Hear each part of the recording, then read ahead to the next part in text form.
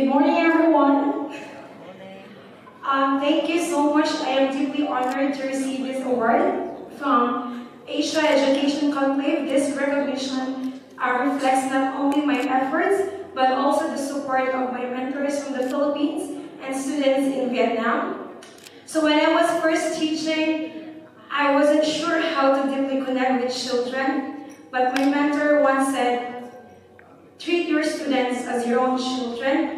This simple statement but powerful has changed everything, which has been guiding me to teach with genuine care, respect, empathy to everyone. And to my fellow educators, let's continue going mad.